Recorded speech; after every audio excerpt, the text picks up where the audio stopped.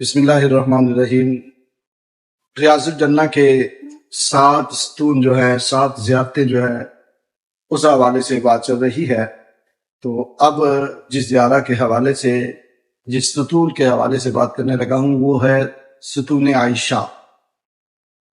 طبرانی میں حدیث ہے اور اس کو حضور شارح مکتوبات امام ربانی حضرت علامہ ابو البیان پیر محمد سعید احمد مجددی رحمۃ اللہ علیہ، جو ہمارے شیخ کریم ہیں، انہوں نے حج اور عمرے پر جو کتاب لکھی ہے، ایک خوبصورت کتاب جو حج اور عمرے کی بڑی رہنما کتاب ہے، اور جس میں بڑے خوبصورت انداز سے ہر جگہ کی دعا اور ہر زیارت کو ذکر کیا گیا ہے۔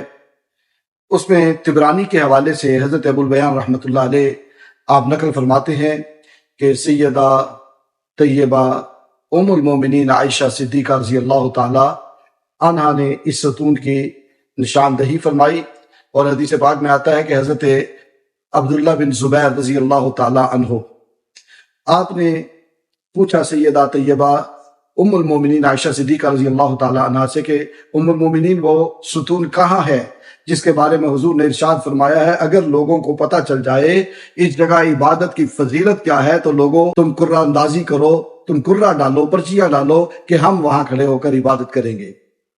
جب حضرت عبداللہ بن زبیر نے یہ پوچھا تو سیدہ طیبہ ام المومنین عائشہ صدیقہ رضی اللہ تعالی عنہا اپنی جگہ سے اٹھی اور اس جگہ پہ آ کر آپ نے نماز پڑھنا شروع کر دی۔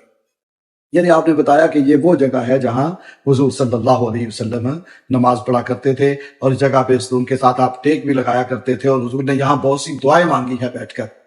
یہ بڑی بابرکت جگہ ہے، اور یہ بھی ریاض الجنہ میں ہے، اور اس ستون پر لکھا ہوا ہے ستون عائشہ۔ اگر ریاض الجنہ میں جانے کا موقع ملے تو اس جگہ پر بھی نوافل پڑھنے چاہیے، دعا کرنی چاہیے، حضور پر درود پڑھنا چاہیے۔ یہ قبولیت والی جگہ ہے۔ اللہ تعالی ہمیں اس پاک در کی حاضری نصیب فرمائے۔